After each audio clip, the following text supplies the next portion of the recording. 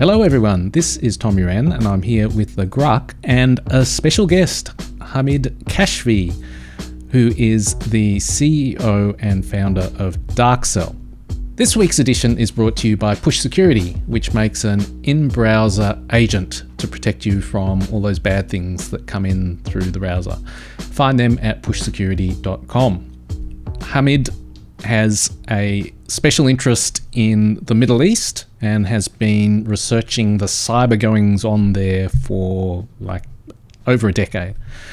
So, Hamid, the reason we're talking to you is that there's been a series of leaks that's known as Kitten Buster, which is basically blowing the lid on a particular IRGC-related cyber espionage group, which is known as Charming Kitten or APT40. I'm sure it's got probably half a dozen different names. Now, we're going to talk about what's in those leaks and the Iranian cyber espionage scene in general. But one of the first things, Grugq and I spoke about this, and we had this kind of, not a difference of opinion, but we speculated that there's two different paths here. One path is that all this exposure, like it's from a Western point of view, getting outed is very bad news. But we also speculated that perhaps it would actually be, if not a reward, a recognition. It's validation, really. Validation. Like and so that it could actually potentially be good for the group. What do you think? Well, first, let me say hi to all the listeners and viewers, and thank you very much for having me. It's nice to see you virtually, face-to-face as well again. And regarding the subject of today's discussion, I would say I listened to, I think one of your recent episodes that you were touching about the same subject of whether it's helping them or whether it's going to disrupt the operations. And you mentioned, I think it was some examples in other countries, or I think it was the APT1 that basically ended up forcing their whole, restructuring the whole threat actor group behind the scene and basically make them disappear and switch to different organizational way of doing things. Yep. In case of Iran, based on what I've seen and the way things work there, I think it's quite literally the opposite. If anything, whenever you are, they are literally the poster boys by definition and literal meaning of a poster. When their name appears up there in reward for justice or sanction lists and stuff, I know cases and I know individuals that have literally got rewarded and have been promoted and have been securing extra budget for extending their work solely based on the fact that they have made a big splash in media, and they literally go, hey, look, I've been doing some awesome work and I'm a big deal, so give me more of that. And they do that. So from that angle, if you look at it, it's actually helping them, if anything. But hang on. Why don't more threat actors OPSEC fail spectacularly? Oh no, I accidentally left my ID out here. I hope no one reports me to the sanction list. Yeah, I mean, Iranian members of these groups, we're doing it actually, believe it or not. You probably find it in early CTI reports from mid to late 2000s that people would actually put it in their LinkedIn profile that we are doing this kind of work. I'm not joking. So very proud work of that. I mean, it tells something that either they don't give a shit about OPSEC or they deliberately, which I don't think it's actually deliberate, but there is no shame in that. And the other part is, I mean, it's not entirely ineffective in a sense that exposing them will just do nothing. Of course, it has effects, and of course, it will force them reorganize, retool maybe, and sit and think what happened to them.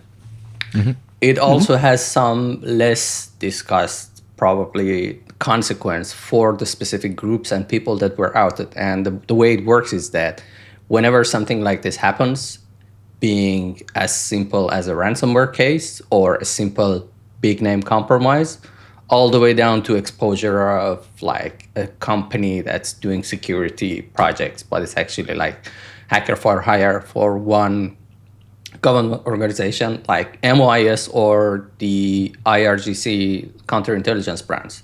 They go medieval on them. MOIS, Ministry of Intelligence, yeah. And so security. They go medieval on them. They arrest people, they interrogate people, they come turn things upside down. So I'm pretty sure since this thing happened, there have been some serious questioning, some arrests.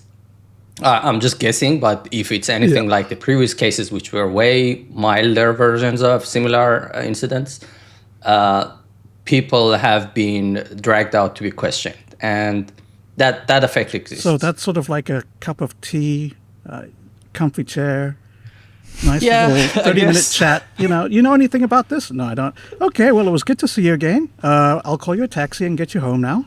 Yeah, exactly. I'm assuming that's what happens when the Iranian Secret Service. Yeah, they're pretty hospitable. I mean, Iranians, we are known for our hospitality. Warm and generous people. So I assume that sort of.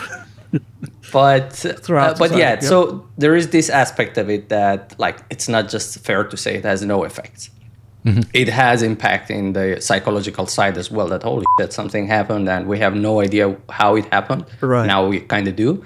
But that forces some serious questioning and trying to like assess the damage and prevent something similar to that like happening. In similar cases where the staff were charged with actual espionage, regardless of like public exposure leaks, there are some cases that goes back over 10 years. They literally had to close the shop, like close that office, and some people were arrested for long term in prison, more than 5 years. Some people literally had to refresh their ID. Like, I know that they are living under new identity in the country, right, not just operating as pseudonyms. So it has effects. But the other interesting aspect of it, which again I think needs a little bit of credit and needs to be discussed a bit more, is that the hacker space in Iran has been evolving like any other country, and quite a lot. Part of it is because the first generation, which would have been us from 20 years ago joining this community, we had one way of joining the scene, doing things, operating, doing business. And at some point, the government realized, oh, this is an untapped market. Let's join it, let's disrupt it. And naturally or historically, Iranian government has been hostile against any work of this kind. So you don't do it unless you're doing it for us. And you don't do things unless you let us know first, or unless you prioritize us first. So that caused a lot of tension with a lot of people, including myself, which if you don't agree with their ideology or you don't want to work with them, you're not going to have a smooth ride in the long term.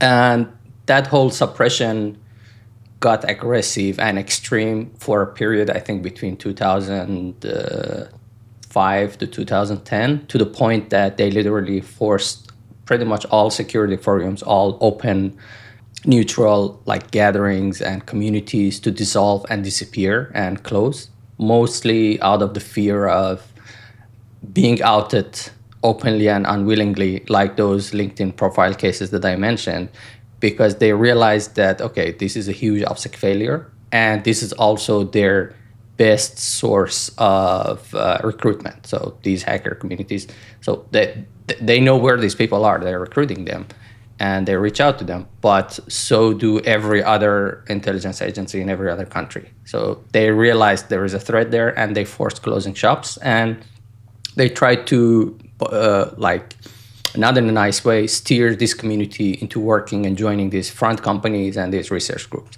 It didn't work out well, long story short, so they had to rethink it. And fast forward 5 years again, then we started noticing this pattern of sugar-coated security training companies and academies and whatnot.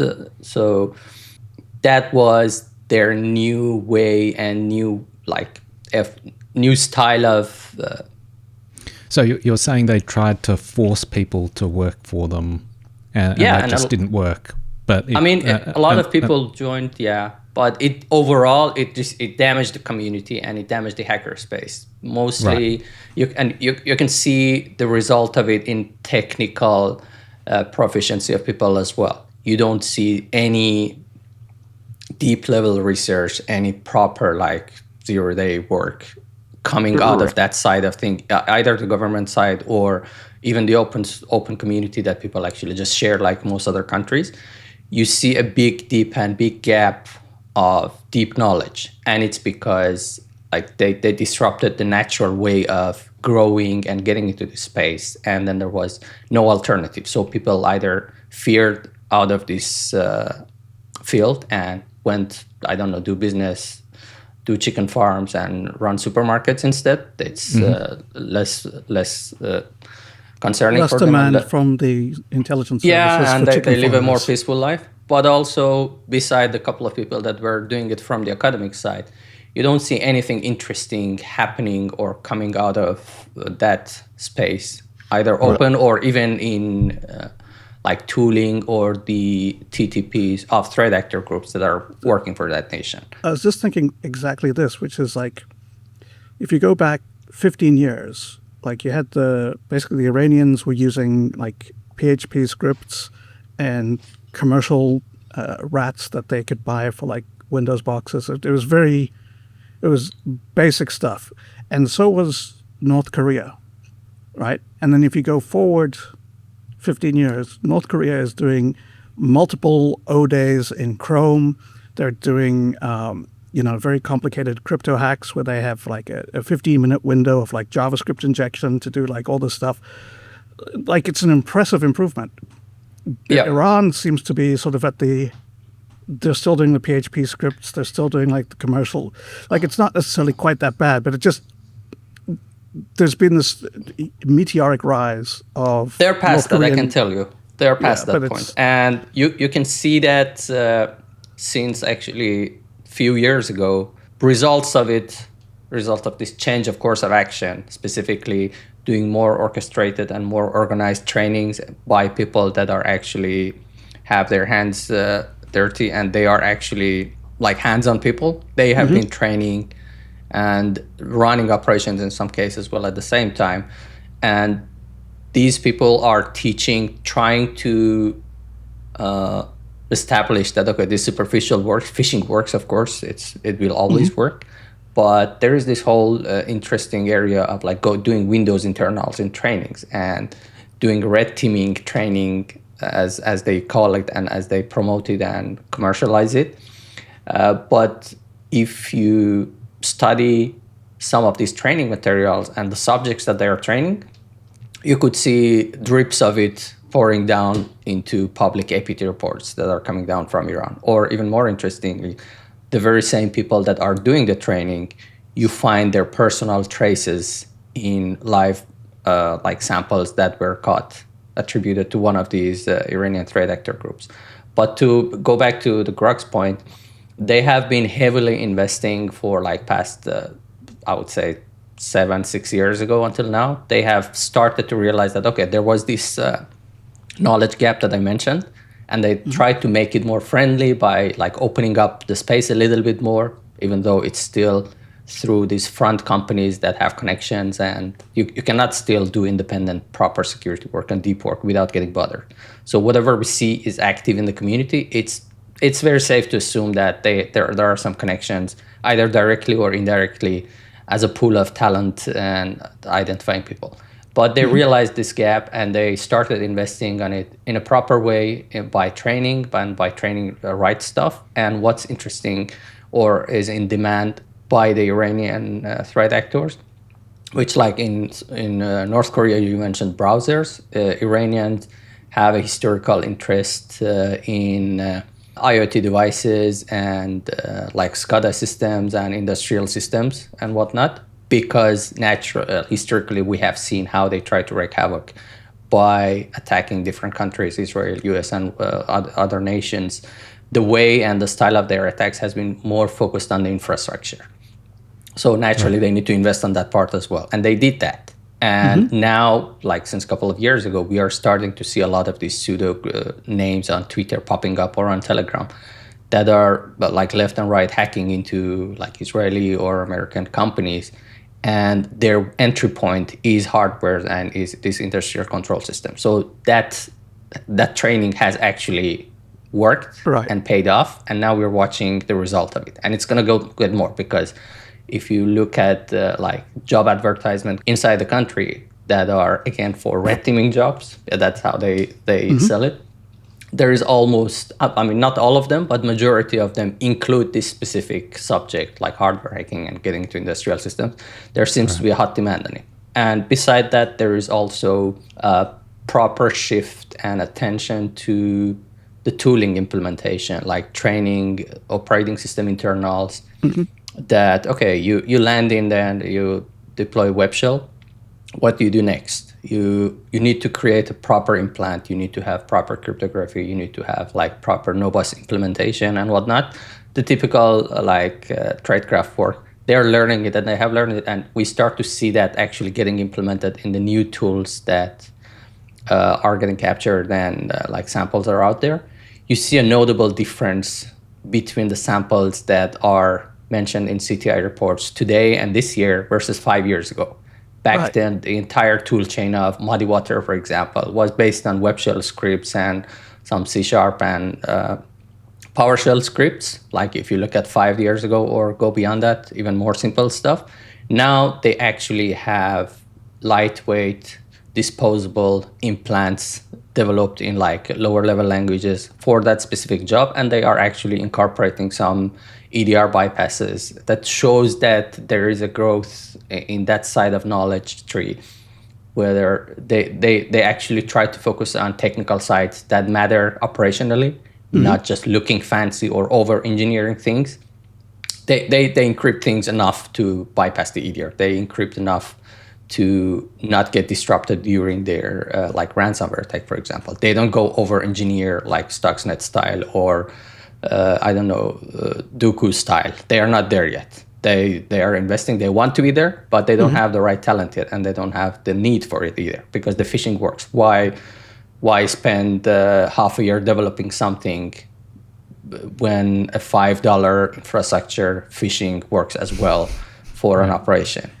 Right. And then beside that, there's also this new trend of, I mentioned earlier that we rarely, if ever, I don't actually recall any notable case that Iranians have used proper ODA to pop targets, other than some like random junk suffers during the operations, yes, but we have never seen, not that I know of, a case where an Iranian attributed threat actor group go pop, firewall appliances or some commercial software at scale, and then we realize, there has been like 100, 1,000 infection cases. I don't recall any cases like that, but we're going to get there soon as well, because there have been investments in trainings on that side of things as well.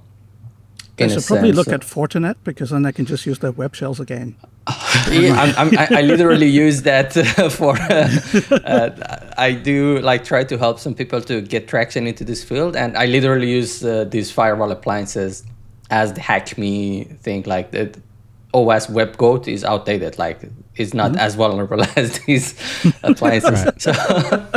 So you're describing Iran, I guess, that like the way you've described it, to me it sounds like they've at some point realized what we're doing is all wrong in terms of how we harness the community and the talent we've got. And it sounds like they flipped a switch, but do you know why or how that happened? Like, it seems to me that if you're a regime that has, a way of operating which is like a hammer, will hammer people into submission, and somehow they've managed to turn it around, and it sounds actually from an Iranian regime point of view actually quite optimistic. You're describing a trajectory that's up and to the right, rather than sort of bumping along. Yeah. Well, I was going to say, like, what you're describing is that Iran is becoming the threat actor that they've always been represented. Like, they've always been presented as like these big, bad, terrible things while they've been using web shells. Yeah. It seems like they're now doing that. So yeah, thanks for mentioning it. Yeah, I mean, they have to do that on the Western side and on the European side, because they want to sell their products, they want to sell their services. And you cannot go secure a multi-million budget for a junky product because someone is dropping web shells. You need to present them as the fourth, most capable cyber force in the world. Which, I mean, I'm sorry for like using F-words, but yeah, let's not do this. It's just nonsense in a way, because we have all seen the technical implementations and the operations. They work damn well as well, but to their credit. But this is not the threat actor group that's comparable to Russian birds or how Chinese are doing it, and they drop ODAs like it means nothing to them. In Iran, if someone has an ODA, it's like a golden egg that they have secured by some means, and they try to be very careful with using it if they have anything. And that's a different subject we can talk about. But back to Tom's... I was just going to say, like, to feed in exactly to Tom's thing is, so did they decide that they didn't like being like the fourth-rate cyber threat, and they wanted to up their game so that they wouldn't like disappoint the axis of evil partnership? Or like what drove them to suddenly become good? Yeah, so I don't think that was the case, because domestically they actually have even bigger PR going on about their capabilities. They boast a lot on TV and public media, and even when they threaten other groups in these like open letters or what, I don't know what their memos that they leave behind under their pseudonyms, that how advanced and how special we have been during the operation. You see a lot of technical lies as well. But what I think actually triggered this and changed the course of actions and directions was mostly the new generation of people. We're talking about a whole different breed of people and talent, right, that I'm actually impressed talking with some of them and watching them grow as well independently. They are better educated on the base level and the foundation level that our first generation, because a lot of people from our generation either came from the academic background, which had some knowledge which was already outdated because of the way universities were in Iran, or people were doing it as a hobby. And it didn't mean anything to them to go deep on like internals of OS or something, unless it's extremely interesting for you. There was no systematic way of growing hackers, if I can like explain it. Like if you look at the way the academic studies and university programs were shaped 20 years ago, 15 years ago, you wouldn't expect good technical people coming out of it that are a good base for becoming an advanced hacker or an advanced actor or even operator. So if there was anyone or anything, it was out of a hobby or personal motivation. And personal motivation works at tiny micro scales, but you can't rely on it as a nation. You need a factory. You need to build the pipeline of producing talent, which is... Yeah, this is what you're reminding me of. It's if you look at like how China did it, it's the same thing. Like for a long time, they were just going with the like people who were interested or who had sort of self-taught. And then they realized that that wasn't the future, and they started investing in training. And I'm positive that that's what happened in North Korea as well. Like there's no way that they're running their teams now based on people who just happen to like computers. Like it's training. And so Iran seems to have had the same realization of like, you can't run a nation's cyber thing on kids who like computers. You have to go out and you have to teach them, like find people who have some aptitude or some interest or whatever, and then train them. And when you do that, that's when you... Like if shit hits the fan, you need to have 1,000 people that you can count on that at least 5% of them will come out as good talent. So you cannot just find random 10,000 people on internet forum. You need to have to prepare a stage where people join, and then you watch them, and then you nurture them, and then you train them, and then you pick up that 5% that's suitable for your work. So that's one side of how I would assume Iranians are getting into this direction and improving. The other thing is on the management side and the government side as well. Every couple of years, just like the US, when the administration changes, policies also change, doctrines change. The way people look at things change. The geopolitical interests and demands change. And all of that has also been, I think, a playing factor in what the actual cyber threat capabilities of Iranians are compared to 10, 15 years ago. And there is also this like side note of what has been thrown at them. Iran has been historically very tight-lipped and very like hush about how they get compromised, how they get popped. pretty much anything we know about successful operations publicly mentioned in Iran is from companies that have nothing to do with that nation. They are not even like active customers of any US or European base, but somehow you see this constant flow of Western CTI shops dropping details about operations against Iran without even being hired by Iranians to do that, or without even having. They just happen to find ways, pretty efficient and successful ways as well, to capture samples and study and then present it to the world that, hey, this is how Iranians are now being compromised. But we don't ever, or very, very rarely, hear the Iranian side of that story. There are, of course, CTI shops in Iran as well. There are people that are doing forensics, threat intelligence, and some of them are doing reasonably good job as well. Not I was going to say, that's going to be a really easy job. You just have one thing that says it was Israel, and then you search replace the client name every time you need to. Yeah, following that Microsoft guy, I forgot his name, the Mossad or not Mossad threat model. That you know what I'm talking about. Yeah, but so there are shops doing like threat intelligence work as well, and Iran is also systematically trying to reorganize themselves to be able to capture those attacks. Not that they have been actually very successful at it based on the outcomes of these attacks we can see, but the point I'm trying to make is that they have also learned and have made a system around getting hacked, finding samples, having people at it and throw money and time at it to study how it works, why it works, what technology, what implementation, novel work is in that, and repurpose it and sling it back at where it came from. And case point being the Shamoon attack. It was literally a repurpose of the same wiper, not exactly the same, but I mean, if you look at the technical reports that are available, it's a very direct copy of the approach to the problem, if we could call it, or whatever you want to do. It was exactly that case that they were on the receiving end of wiper attacks. They got the sample, they didn't share it openly, they studied it, and a couple of months later, they throw it back at an ally of the US because they assume this is where it came from. And there has been multiple cases like that as well. Stuxnet as well, they also changed the course of action of how they look at things. They already had a grip on how to isolate and air-gap networks. Not that it's been successful, but they had some ideas.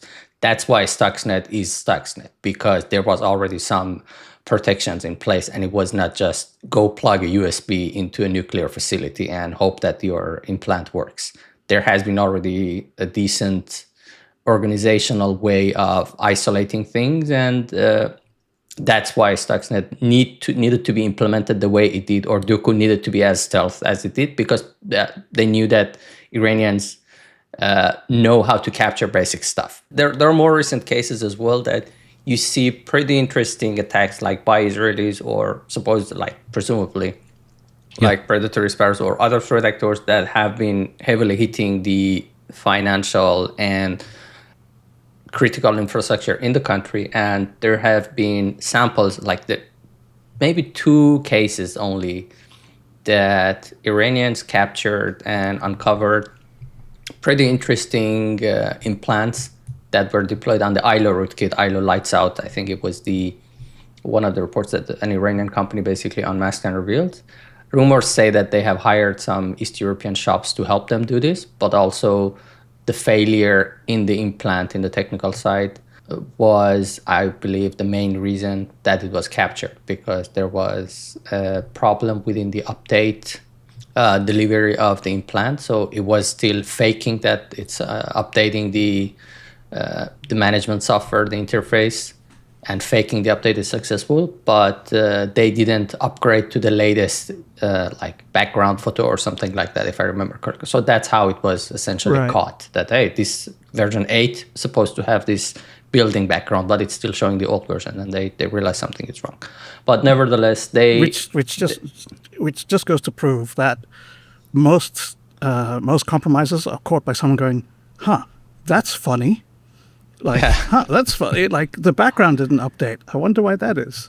As opposed to like, these packet traces are anomalous. Like this is triggering our spidey sense. It's not that deep learning, that, like Hollywood style no. of like CTI. It's usually this very, very basic stuff. But yeah, so right. the like what I'm trying to cover is that they find these interesting cases that today they have not been any public sample of that specific case, and a couple of others as well that we know that they have been compromised. We know that very interesting networks, government networks and sensitive or classified networks have been compromised, but there is literally no single sample of that, and not even a technical analysis. They have this policy of not mentioning a single detail about it unless they have an agenda for it. And they do private peer-to-peer like warning to entities that they assume they are compromised or they are at risk. But even to them, it's still a very tight-lipped way of handling things. And part of it is this general policy of they don't want to admit, I guess, that they have been compromised or do like PR control of how bad the reputation is damaged. But I think part of it, and the reason they keep it like that, is actually to not burn interesting and technically useful intelligence that they have gathered this way. Because if it's still a no, why would they out it? So when there's patches, they would just keep it and add it to their own arsenal and repurpose it and use it elsewhere. So I wouldn't be surprised if some of the samples that we are still missing publicly and openly turn out to be used in some future operations against some other nations by Iranians, similar to what Shamoun case was. Mm-hmm. And that also was the little note to the main subject that Tom mentioned of why Iran is changing the way it is. Part of it is also this, like they have learned to actually study what's coming at them and repurpose it and translate those samples into incidents, into information, into knowledge, into operational capability in a reasonably decent way, I would say. It's still not like a proper factory, I would say, but it's there, it exists, and they spend on it. And also the other way I would say things have improved and changed on the Iranian side is the fact that people are getting a little bit more interested in doing actual research and doing contract work for the government. That's in a similar way to how China has been doing it.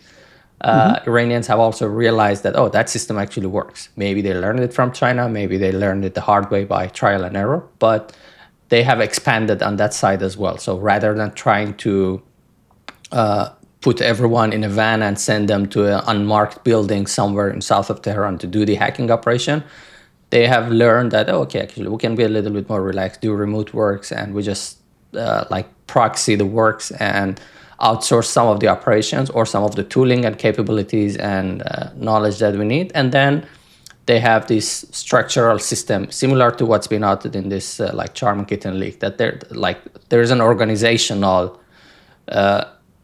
structure to digest all the talent, all their works, and without this compartmentalization is properly implemented in Iran as well. So you do something, you don't know where it's going to be used, when it's going to be used, by whom it's going to be used. You just know that you're tossing it in the black hole that's coming to you by the government. And they literally reach out to private sector companies, even those that are not exactly and actively a front company of anything. They just happen to be security companies that doing their own thing. But because you need to be approved and you need to be provisioned in Iran to work in this field, you must have some government vetting and approval and connection. So whether you like it or not, if you're actively working in cybersecurity, especially on the offensive side in Iran, you have a dozen certificates, a dozen approvals and whatnot to be able to do actually work with government clients.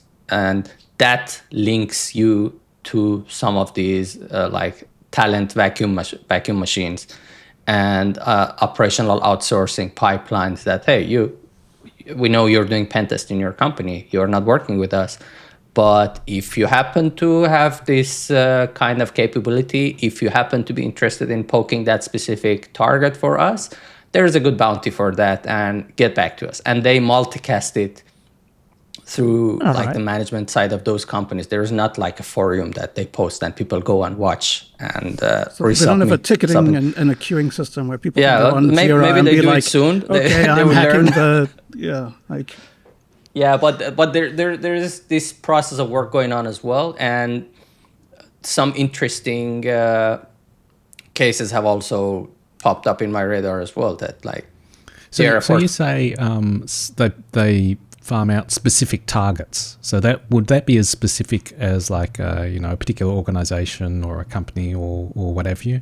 Yeah, because it seems in China here are broad strategic priorities. We're interested in aerospace.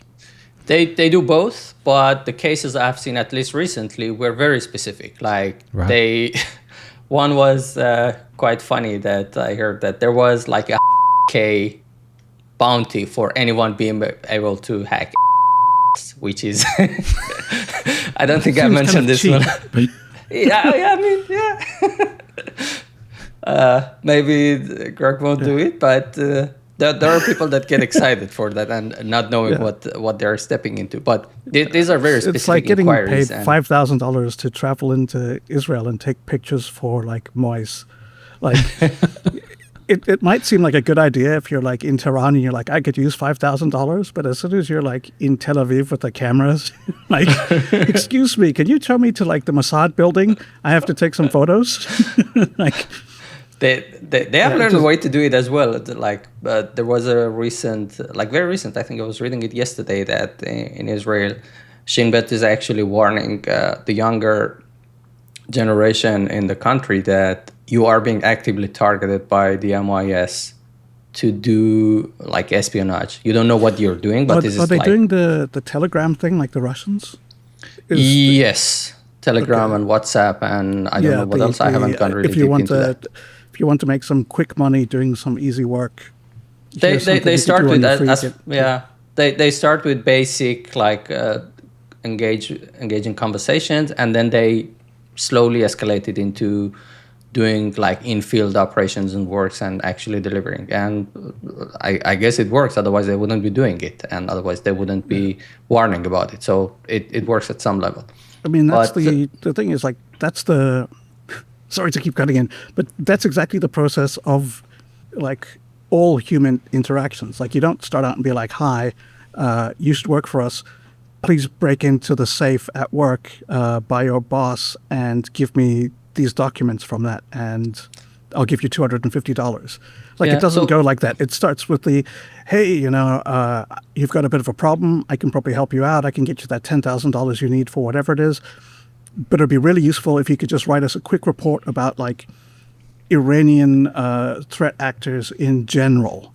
Let's make it even more interesting. Yeah. The very same like Kitten Busters repository that we were talking about in their last episode, do you actually see traces of them spinning up cyber security companies in countries of interest? I believe Turkey or even Israel as well. But there was one specific name that I looked up, and it exists. So they actually hire people under the cover of doing pen test work or doing this kind of things, just so they have an individual employed by them in this specific field. So for the future, if they need to do something, they have a cover story to steer the person into the right direction.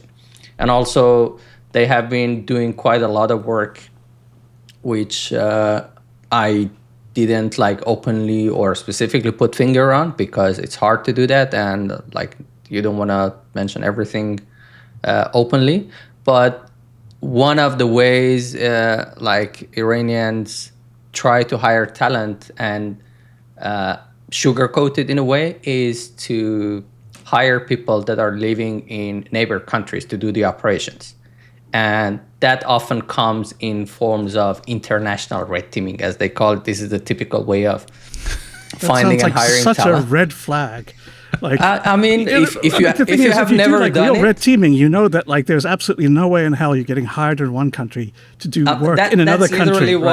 That's literally why I was planning to do this like talk in Farsi in a couple of days, because me and you know it, and we are like, holy shit, this is obvious. But if you go look at like the community 20 years old and this is your first opportunity, you buy it, then, and you do it, because you have no idea how this stuff works. You have no idea how these pipelines work and what are actually the legal frameworks around this. So you're like, pen test? Sure. If pen test, it means legal. It means someone must have paid someone them has to do a contract somewhere and there's paperwork. Yeah, and it's a company and it's a contract. Therefore, it's legal. That's how they see it, literally.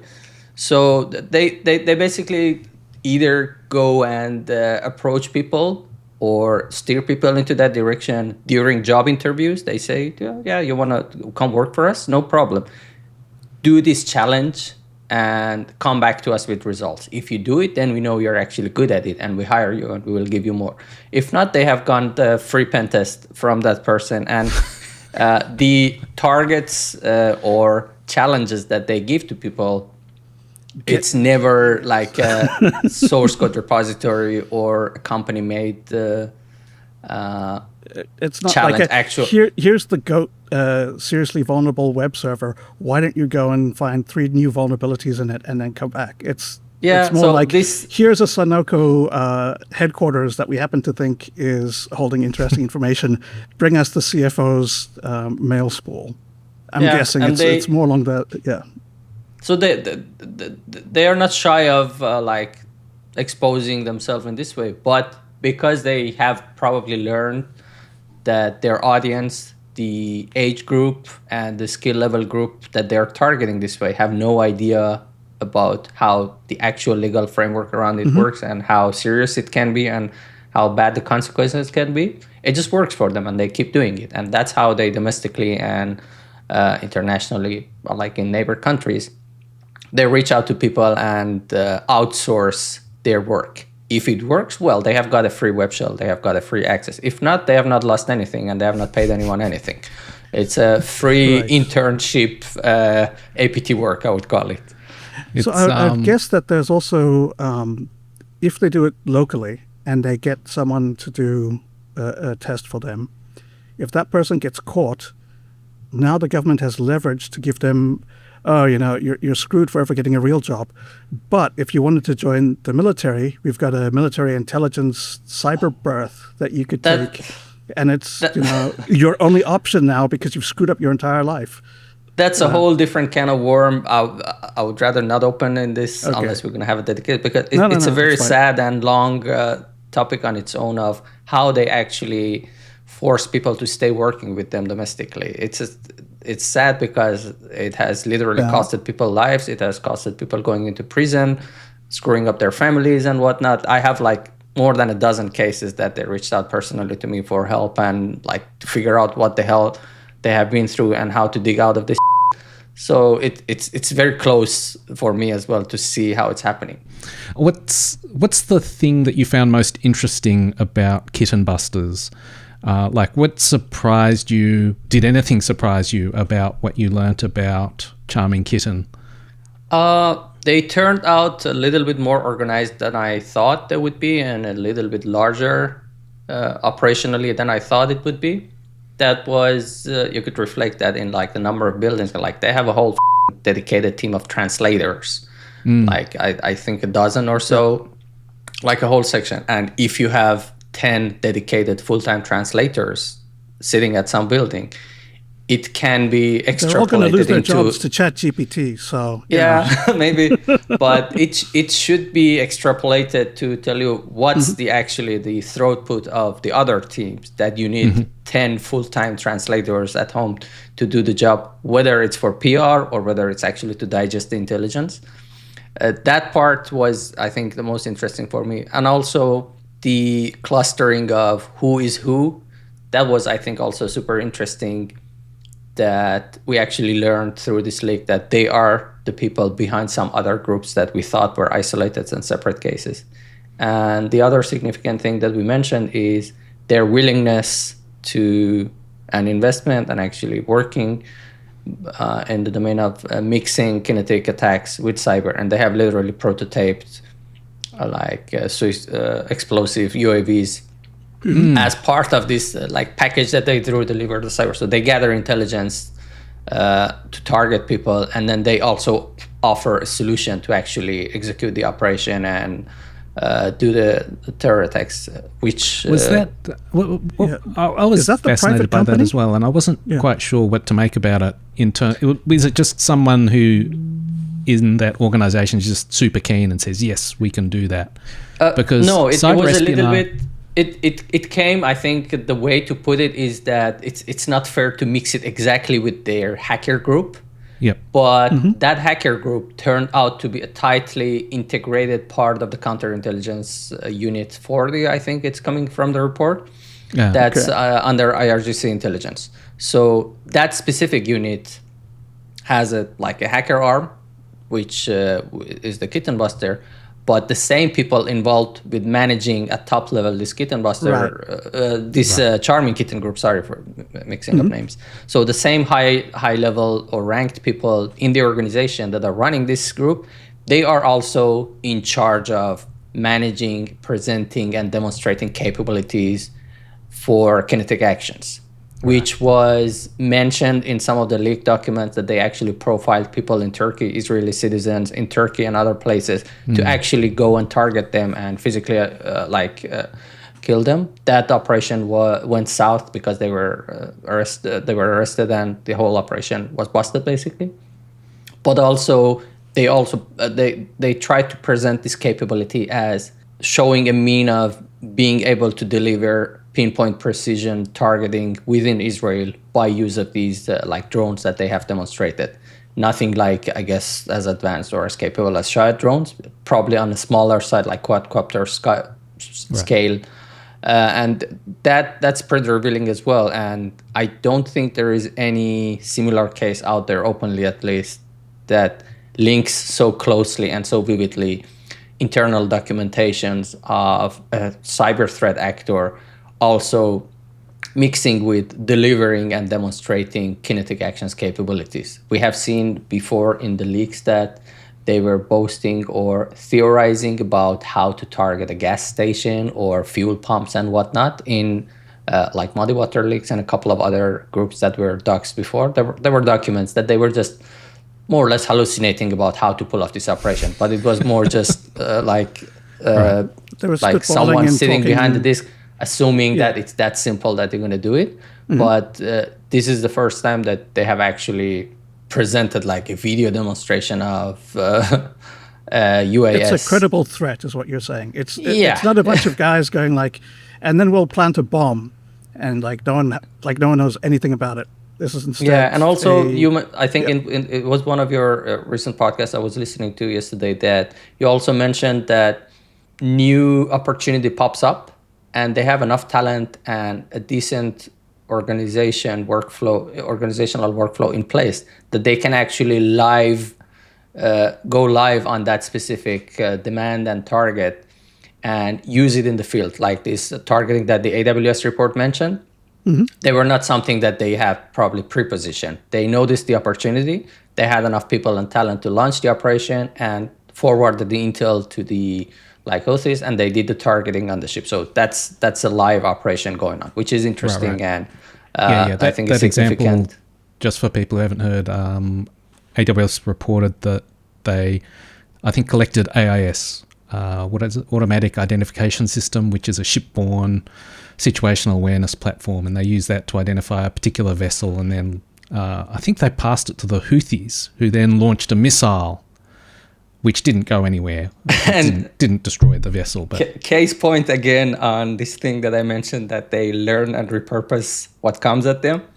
Iranians were literally targeted by the very same system by, I think, an affiliated connection with Labdukhtagan Group, that they outed and exposed all their oil shipping fleet. That was pretty much the textbook, the same story, that they broke into the platform, an Iranian platform that sells the solution to the government, and it's deployed on all the ships. They use that to track live location and identify all of them, and the rest is in their Telegram channel, we can see.